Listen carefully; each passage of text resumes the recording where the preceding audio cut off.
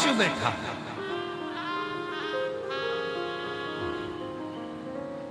जब बुलाओ तब सम्मुख में है, जब बुलाओ वो तुम्हारे सामने है।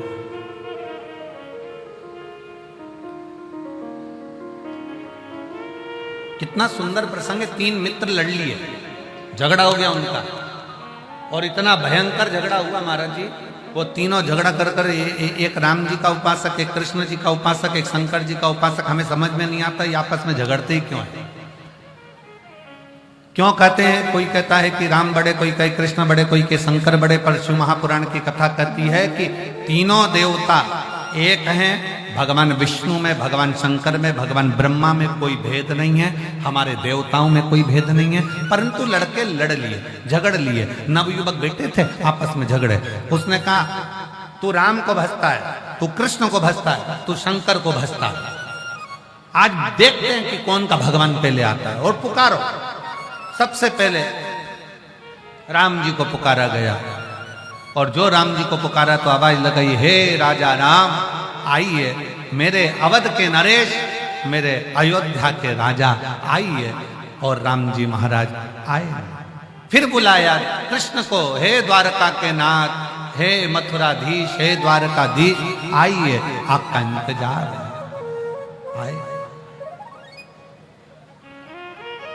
फिर तीसरे ने आवाज लगाई, बोले हर हर। जो आवाज लगाई, इतने में शंकर भगवान सामने खड़े थे।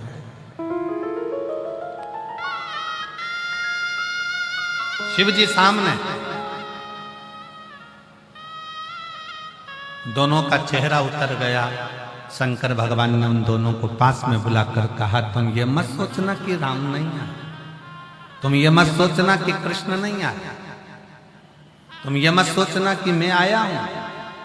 थोड़ी देर बाद राम जी आए, कृष्ण जी आए, दर्शन किया तो उनके भक्त ने पूछा कि प्रभु राम आपने आने में देरी क्यों लगा दी। तो राम जी कुछ बोलते उससे पहले मेरे शंकर भगवान कह दिए, तुमने राम को कहा कि अवध के राजा आना, अयोध्या के नरेश आना, तो राजा जब आता है तो अकेला नहीं आता, अपनी पूरी सेना, गार्ड, सब हाथी, घोड़ा, पालकी सबके साथ आता है। तुम बोलते मेरे राम आइए, तो राम तुरंत दौड़कर आ जाते। तुम कहते हो अवध नरेश आइए, तो वो राजा बनकर आता। तुम कहते हो कृष्ण द्वारका नाथ आइए, तुम कहते हे मेरे कन्वा, हे मेरे गोपाला, हे मेरे कृष्ण आओ, कृष्ण दौड़ कर आते। पर तुम कहे कि द्वारका नाथ आइए, तो द्वारका नाथ तो पालकी लेकर, घोड़े लेकर, हाथी लेकर राजा बनकर आएंगे। और रही हमारी बात, तो राम और कृष्ण ने कहा शिव तो कंकर शंकर की भूमि पर रहते हैं, इस संसार में रहते हैं, मृत्यु लोक में रहते हैं। जैसे ही उनको पुकारा जाता है, हर हर महादेव कहा जाता है, वैसे ही शंकर सामने आकर प्रकट हो जाते हैं। वो ये नहीं देखते कि तुमने क्या भजा, कैसे भजा, क्या करा, क्या नहीं करा।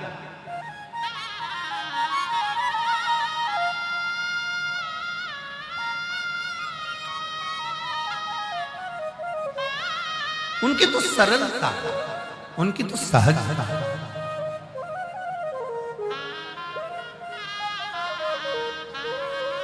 कितना सरल है शिव, जरा विचार करिएगा। एक गांव का व्यक्ति गाय भैंस चराता था, और उसको रास्ते में गुरुजी मिले, और गुरुजी मिले तो गुरुजी ने कहा दिन भर भैंस चराता रहता है, दिन भर काम में लगा रहता है, चल आज मैं तुझको गुरु मंत्र देता हूं, इस मंत्र का जाप करना। 15 दिन के बाद आकर पूछूंगा, मंत्र याद हो जाना चाहिए, नहीं तो काट के फेंक दूंगा। गुरुजी बोले। अब जी तो डर गया। गुरुजी ने मंत्र दे दिया, और मंत्र दिया ओम नमः शिवाय। कौन सा मंत्र दिया? जम के बोलो जरा, जम के, ओम नमः शिवाय। अब इसको मंत्र मिल गया। मंत्र मिलने के बाद इसने जपना प्रारंभ कर दिया, ओम नमः शिवाय, ओम नमः शिवाय, ओम नमः शिवाय, ओम नमः शिवाय, ओम नमः शिवाय, ओम नमः शिवाय। पत्नी खाना दे तो खाए नहीं के भूल गया, तो ओम नमः शिवाय, ओम नमः शिवाय, ओम नमः शिवाय। पानी भी नहीं पिए, खाए भी नहीं। 4 दिन बाद भैंस चराने जा रहा था, पानी प्यास लगी, 4 दिन से नहीं पिया, पीने के लिए रुका, भैंस आगे निकल गई। एक लड़का दौड़ कर आया, ए भैया वो तेरी भैंस जाए। वो दौड़ कर गया, भैंस पकड़ी, भैंस तो पकड़ी, हाँपने के चक्कर में मंत्र भूल गया, मंत्र भूल गया। जिसने भैंस बताई थी उसी के पास पहुंच गया। क्यों भैया, तुझे याद है मैं कौन सा मंत्र बोल रहा था? हाँ मेरे स्मरण में है। तू बोल रहा था ओम, हाँ ऐसे ही था, बस बता दे भैया कौन सा था, मेरा गुरु मुझे काट कर फेंक देगा, बता।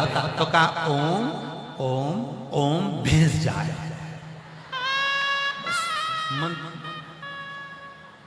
ओम भैंस जाए, ओम भैंस जाए, ओम भैंस जाए, जपता जाए जपता जाए।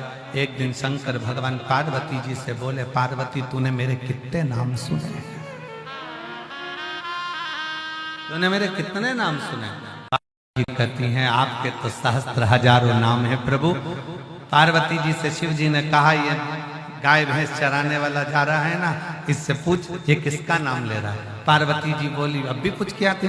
पार्वती जी ने एक सुंदर ब्राह्मणी का रूप लिया और उसके सामने जाकर खड़ी हो गई। खड़ी होते से पार्वती जी ने पूछा, क्यों रे भैया तू ये किसका नाम ले रहा है?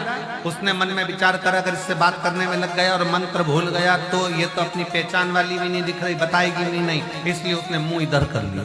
जैसे मुंह इधर करा तो पार्वती जी उधर चली गई। सिर पे पल्लू रखकर पार्वती जी ने पूछा, अरे बोल तो सही किसका नाम ले रहा है? उसने कहा तेरे से फालतू बात कौन करे, इधर। अब इधर मुंह करा तो पार्वती जी उधर चली गई। अरे एक बार तो बोल नाम किसका ले रहा है? अब इसको आ गया गुस्सा, जा तेरे खसम का ले रहा है।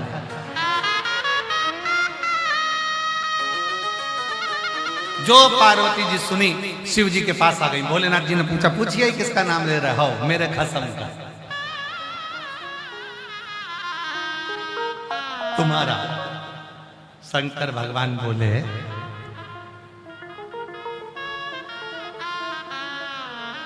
तू कुछ बोली नहीं उसको? पार्वती जी बोली, इतना बढ़िया बोल रहा है ना वो, ओम भेज जाए, ओम भेज जाए, ओम भेज जाए। इतना बढ़िया बोल रहा है ना कि उसको देखने का मन कर रहा है। पर एक बात बताओ प्रभु, तुम्हारा नाम जाप इतने सारे लोग बैठ के ओम नमः शिवाय, ओम नमः शिवाय कर रहे, तुम्हारी दृष्टि उन पे नहीं गई, और वो एक अकेला ओम भेज जाए बोला, तुम्हारी दृष्टि चली गई। शंकर भगवान बोले, ये आड़े तेड़े नत्थु खेरों पर मेरी दृष्टि जल्दी जाती है, इन पर मेरी दृष्टि जल्दी जाती है। और आप और हम भी उसमें से एक हैं। आपको भी भजन नहीं आता, हमको भी नहीं आता।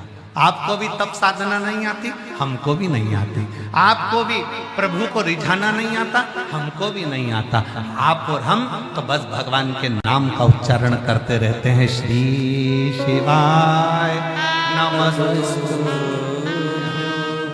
श्री शिवाय नमस्तु, श्री शिवाय नमस्तु, श्री शिवाय नमस्तुभ्यं, श्री शिवाय नमस्तुभ्यं, श्री शिवाय नमस्तुभ्यं। आप और हम तो बस भगवान की अलमस्ती में नाम जाप करते हैं और मेरे शंकर इतनी कृपा करते हैं। लोग कहते हैं कि हम इतने समय से जप कर रहे हैं, ओम नमः शिवाय, ओम नमः शिवाय, नमः शिवाय, नमः शिवाय, महामृत्युंजय मंत्र का जाप कर रहे हैं, ये जाप कर रहे हैं, भगवान हमारा क्यों नहीं सुने, हमारे ऊपर दृष्टि क्यों नहीं दे? तो दुनिया के लोग श्री शिवाय नमस्तुभ्यम, ये विद्येश्वर संहिता का लिखा हुआ ऐसा मंत्र सम्मुख में आ गया कि जैसे ही लोगों ने बोलना चालू करा और शंकर जी का ध्यान चले गया कि इसने कुछ बोला, इसने कुछ बोला, और उसका फल एक पत्र है, देखिए।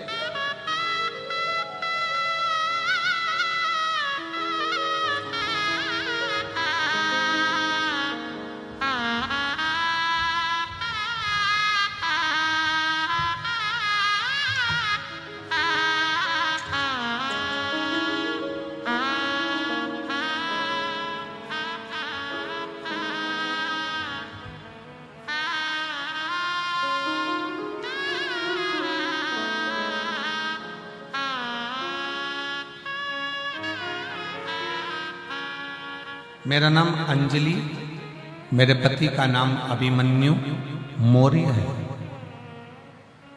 कहीं बैठे हो तो हाथ हिला सकते हैं। आप ही हैं? बच्चा आया है साथ में? आ जाओ, लिया लिया। सबसे पहले मैं सतुआ बाबा जी के पावन चरणों को नमन करती हूँ, कोटि कोटि दंडवत करती हूँ, जिनके माध्यम से इस प्रयागराज की भूमि पर कभी 2 दिन की, कभी 1 दिन की, कभी 7 दिन की कथा आपकी मिल जाती है। गुरु जी, नहीं तो तुम पकड़ाई में आने वाले हो नहीं। सतुआ बाबा जी, हमें तो लगता है कि कहीं ना कहीं स्वयं विष्णु शंकर जी को पकड़ कर लेकर आते, इसीलिए शायद श्री विष्णु स्वामी संप्रदाय जगत गुरु श्री संतोषाचार्य जी बाबा है। एक बार जोरदार तालियां। शिव कृपा करता, शंकर करुणा करता, तो ये मिल जाता है। गुरु जी, पहले हम आपको नहीं जानते थे। 1 साल, 2 साल, 3, 4 साल, 5 साल, 6 साल, 7 साल ऐसे निकलते गए, संतान का सुख नहीं। जब औलाद नहीं हुई, लखनऊ दिखाया, प्रयाग दिखाया, सब दूर इलाज करवाया, पर संतान का सुख नहीं है। डॉक्टरों के हिसाब से मां नहीं बन सकती। पर किसी ने कहा कि शिव महापुराण की कथा टीवी पर आती है, उसको सुनना चालू करा। फिर कहा पंडाल में बैठकर अगर कथा सुनी जाए और जो मांगा जाए वो मिलता है। फिर मन में आया कहाँ जाया जाए। बाबा की कृपा से कथा सुनी 1-2 दिन की, और शिव कृपा ऐसी हो गई कि मेरे बाबा ने मेरा गर्भ ठहरा, और बाबा की कृपा से मुझे कई सालों के बाद संतान का सुख प्राप्त हुआ। गुरुदेव, लखनऊ में मेरा मायका है, और मैं केवल इसी कथा के लिए, हम प्रयाग राज के वासी, हम लखनऊ के वासी, हम पूरे कुंभ मेले में इंतजार कर रहे थे बस आपकी कथा का, कि आप आएंगे तब हम नहाएंगे और कथा भी सुनेंगे और फिर अपने घर जाएंगे। तो ये शिव की कृपा से हुआ। मैं नमन करती हूँ अपनी बेटी जो बाबा ने दी है। 10 साल के बाद, 10 महीने की हो गई है, कई वर्षों के बाद मैं उसको लेकर आई हूँ प्रणाम करने। शिव तत्व है। एक पत्र बड़ा सुंदर है।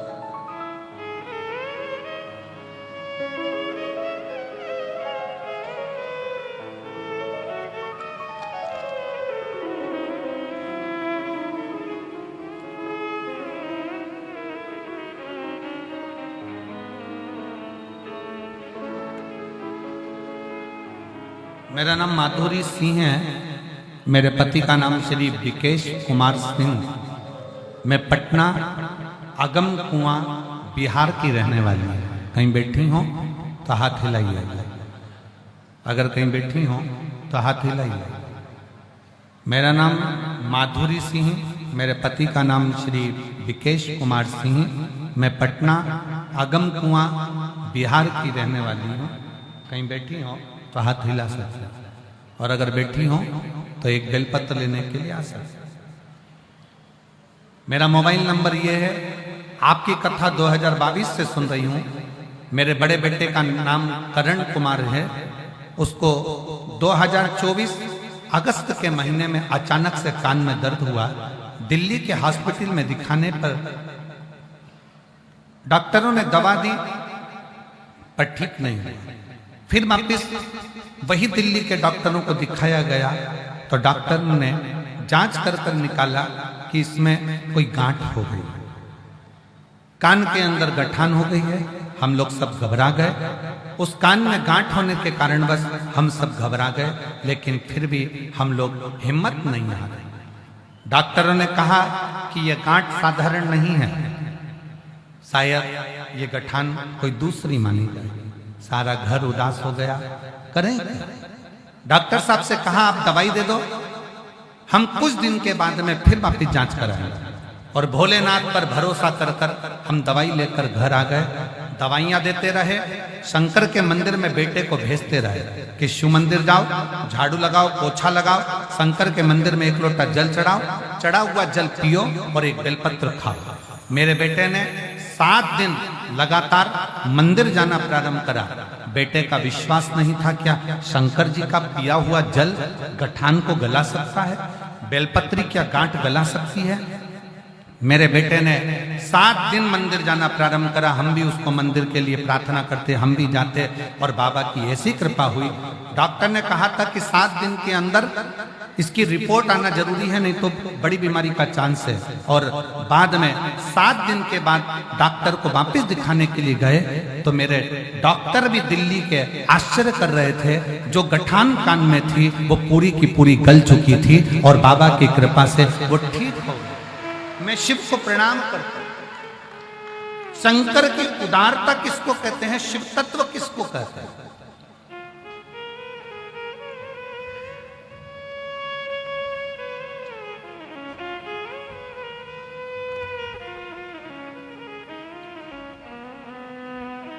भाई अब जिस भावना से, जैसे उस लखनऊ के मायके वाली बेटी ने लिखा कि हम नहीं जानते थे आपको, ना हम कथा सुनते थे, ना हम विश्वास करते थे, पर पंडाल में बैठकर कथा सुनने का सुख क्या। सालों साल निकलते चले गए और संतान का जब सुख नहीं आया, डॉक्टर ने कह दिया संतान का सुख नहीं, तब हिम्मत हार गई, हिम्मत हार। शिव के आश्रित, शिव। और जब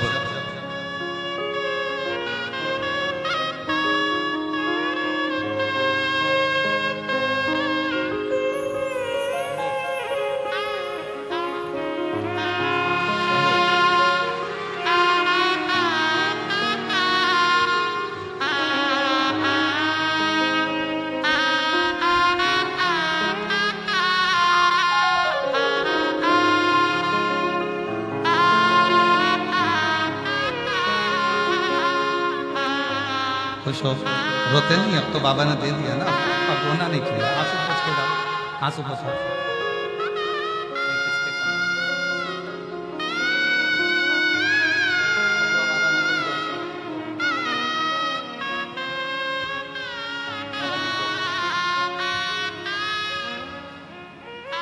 बाबा जी कई वर्षों के बाद हुई है।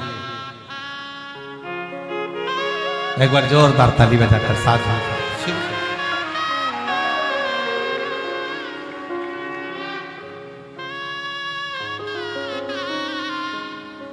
जो जैसी भावना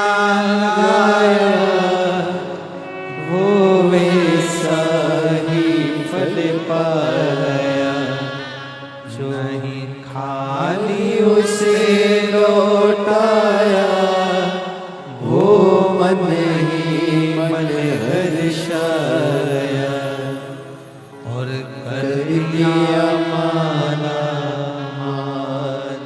काशी वाले ने, लुटा दिया भंडार काशी वाले ने। आप जिस भावना से उसको भजन,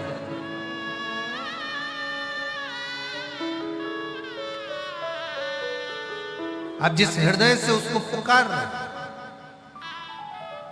भगवान ये नहीं देखता कि तुम्हारे पास में वैभव क्या है, धन क्या है, दौलत क्या है, तुम क्या कर रहे हो, तुम्हारे पास में संपदा कितनी है। या भगवान ये नहीं देखेगा कि तुम्हें पूजन करना आता है कि नहीं आता, तुम्हें पाठ करना आता है कि नहीं आता, तुम्हें स्तुति करना आता है कि नहीं आता। हाँ, तो बिल्कुल शिव जैसे अड़भंगे बनो।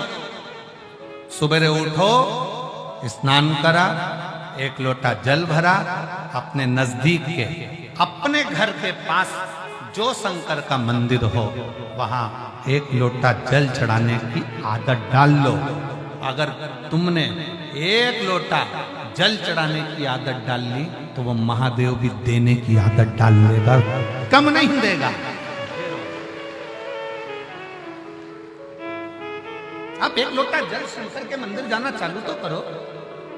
अब शिव को एक लोटा जल चढ़ाना प्रारंभ तो करो। तेरे मंदिर में आना मेरा काम है और मेरी बिगड़ी बनाना तेरा। बोल बम का नारा है सारी समस्या का हल। आप उसके आश्रित होकर चलो।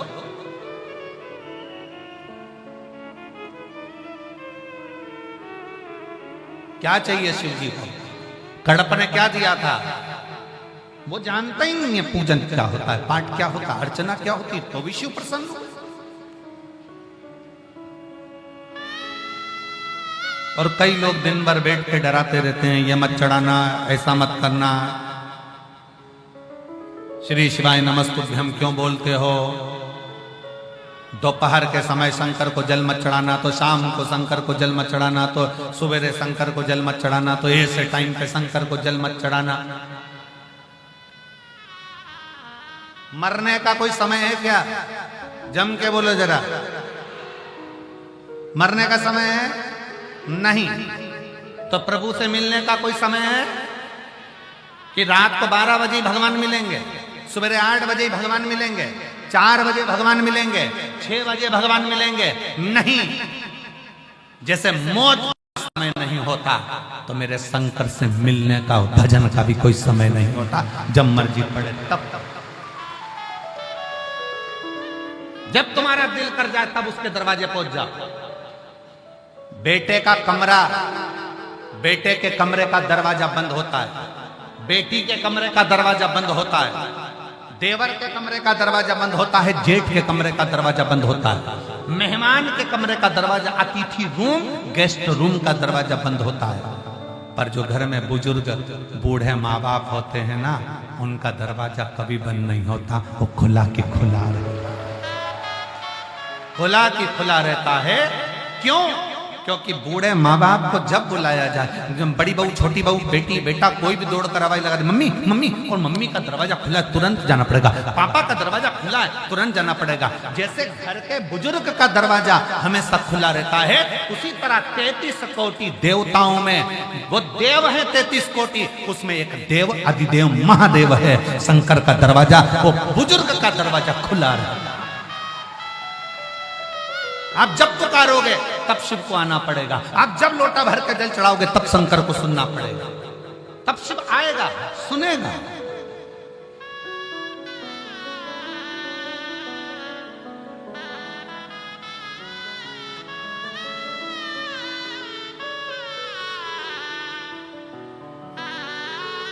आप जाओ शंकर के मंदिर में एक लोटा जल चढ़ाने के लिए, कहीं जाओ चाहे मत जाओ, अपने घर के पास में एक लोटा जल चढ़ाने जाओ, सुनेगा। कितना सुंदर प्रसंग आता है। माता सती, मां सती शंकर भगवान के साथ में जब कुंभज ऋषि के आश्रम में कथा सुनने के लिए जाती हैं, अगस्त बाबा के दरवाजे पर कथा सुनने के लिए माता सती जब जाती हैं, तो अगस्त ऋषि के दरवाजे पर, बाबा कुंभज के दरवाजे पर जब कथा सुनने के लिए माता सती शिव जी के साथ जाती हैं, तो कुछ देर माता सती मार्ग में रुक जाती है, मार्ग में रुकती हैं।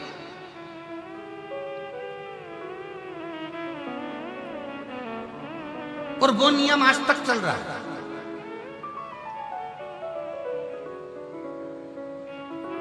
पति अपनी पत्नी को लेने के लिए जब उसके घर जाता है, पत्नी का जो मायका होता है वहां पर जब पति उसको लेने के लिए जाता है, तो जब लेकर वापिस आता है ना, तो डायरेक्ट अपने घर नहीं जाता, पहले उसको घुमाते फिराते, गोलगप्पा खिलाते पिलाते, 2-4 मॉल घूमते हुए, 1-2 रुपट्टा साड़ी दिलाते हुए, कानपुर से चले थे प्रयाग आने के लिए, तो लखनऊ घुस गए।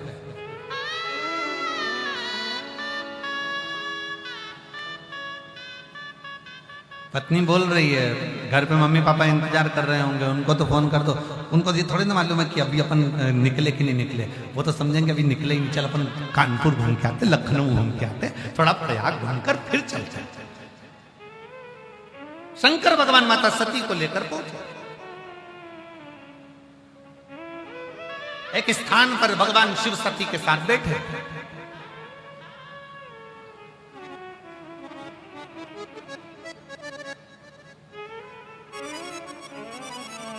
सती मैया ने भगवान शंकर से कृष्ण पूछा, हे त्रिकालदर्शी कैलाशी अविनाशी है त्रिपुंडधारी त्रिशूलधारी त्रिनेत्रधारी,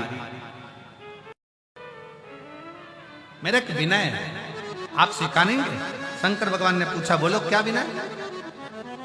सती मैया ने कहा कि मैं आपसे पूछना चाहती हूं कि आपके मस्तक पर जो गंगा विराजमान है, जो आपके मस्तक पर गंगा विराजमान है, वो गंगा निरंतर बह रही है, निरंतर बह रही है। फिर भगवान विष्णु आपके ऊपर जल चढ़ाते हैं, ब्रह्मा जी आपके ऊपर जल चढ़ाते हैं, इंद्र आपके ऊपर जल चढ़ाते हैं, गरुण वरुण आपके ऊपर जल चढ़ाते हैं, संसार का प्रत्येक मनुष्य आपके ऊपर जल चढ़ाता है। जब आपके मस्तक पर गंगा विराज रही है, जब गंगा निरंतर बह रही है, तो आप क्या वो देवताओं के जल के लिए या मनुष्य के जल के लिए आप इंतजार करते हो?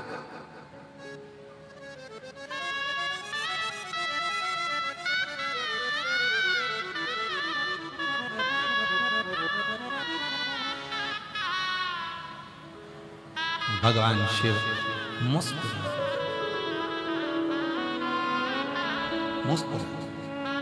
शिव जी ने कहा, मैं उनके घर के एक लोटे जल का इंतजार नहीं करता हूं, मैं तो बस ये इंतजार करता हूं कि ये मेरे दरवाजे पर एक बार किसी भी तरह से आ जाए और इसका कल सुधर जाए, बस वो इंतजार, वो इंतजार। इस व्यासपीठ ने करा क्या? इस व्यासपीठ ने केवल एक काम करा है, आपको शंकर के मंदिर तक पहुंचाया। क्यों पहुंचाया? कि आप उसके दरवाजे तक जाओगे तो वो भी तुम्हारे दरवाजे पर। ये आदान प्रदान का जमाना है। तुम्हारी बेटी के ब्याह में कोई आएगा तो तुम किसी की बेटी के ब्याह में जाओगे, तुम्हारे मौसी के घर जाओगे तो मौसी तुम्हारे यहाँ आएगी। आदान प्रदान का जमाना है। भगवान कृष्ण ने स्वयं रुक्मणी जी से कहा कि ब्राह्मण देवता रुक्मणी जी से जाकर कह दो कि वो श्रृंगार करके जगदम्बा के मंदिर पर आ जाए, मैं उसको लेने आ जाऊंगा। भगवान ने ये नहीं कहा कि रुक्मणी जी से जाकर कह दो वो श्रृंगार करके छत पर खड़ी हो जाए, ओटले पर खड़ी हो जाए। भगवान ने ये नहीं कहा। भगवान ने कहा ब्राह्मण देवता रुक्मणी जी से जाकर कहो कि वो श्रृंगार कर कर तैयार होकर जगदम्बा के मंदिर पर जाकर आ जाए, वो मंदिर में आएगी, मैं उसको लेने पहुंच जाऊंगा। और श्रीमद् भागवत में वर्णन है, रुक्मणी जी श्रृंगार करके जगदम्बा के मंदिर में पहुंची और भगवान उन्हें लेने के लिए पहुंच गए। ये शास्त्र की रीति है। भगवान श्रीमद् भागवत में कहते हैं कि तू मंदिर तक जा, मैं तुझे लेने के लिए आऊंगा, तेरा दुख मिटाने के लिए आऊंगा, इसलिए तुम शिवालय तक जाओ, शंकर तुम्हारा दुख मिटाने के लिए।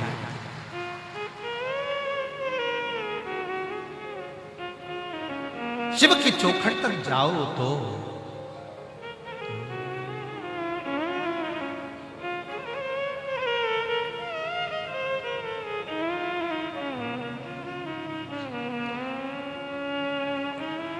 देवा महादेवा,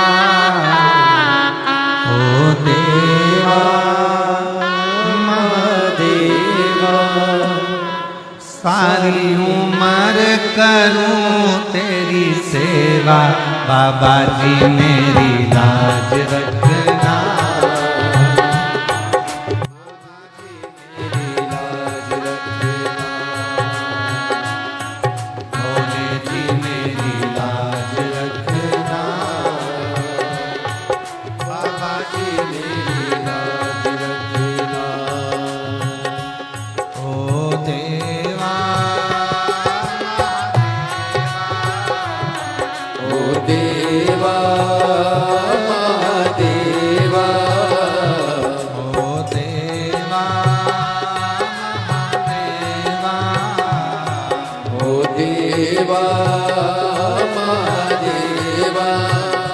सारी उम्र करूं तेरी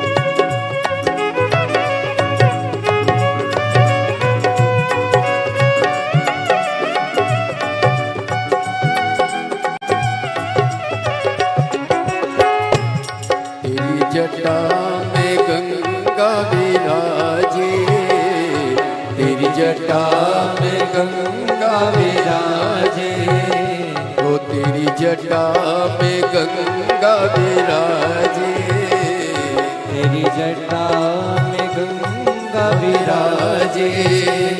सब भक्त लगाए गोता, बोले जी मेरी लाज रखना,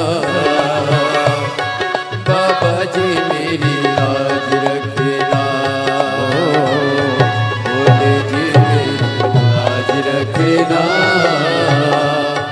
बाबा जी मेरी लाज रखना।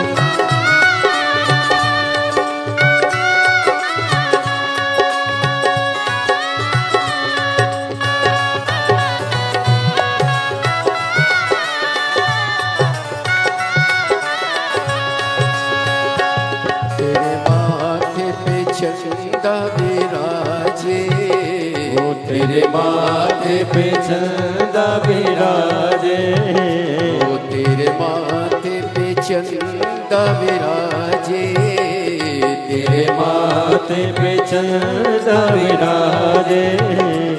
सारे जग में करे उजियारा, हो मेरी लाज रखना, बाबा जी मेरी लाज रखना, भोले जी मेरी लाज रखना, बाबा जी मेरी लाज रखना।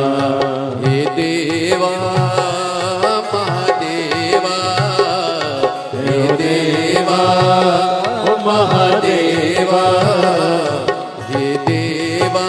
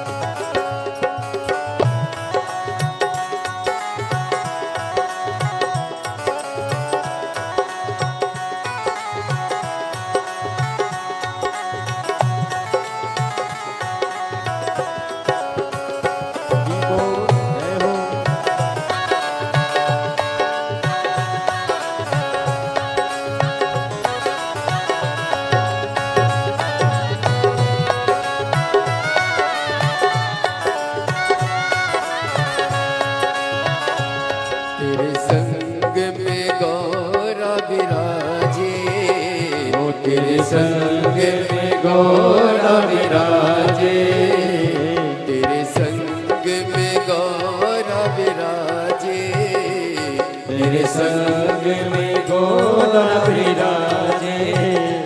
अब आके दर्श दिखा जा, बोले जी मेरी लाज रखना,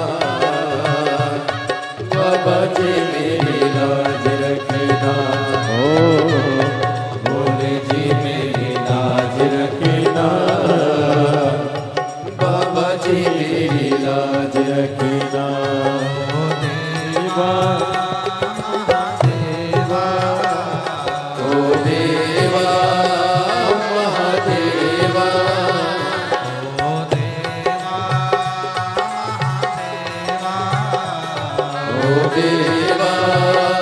महादेवा, सारी उम्र करूं तेरी सेवा, बोले तेरी लाज रखना,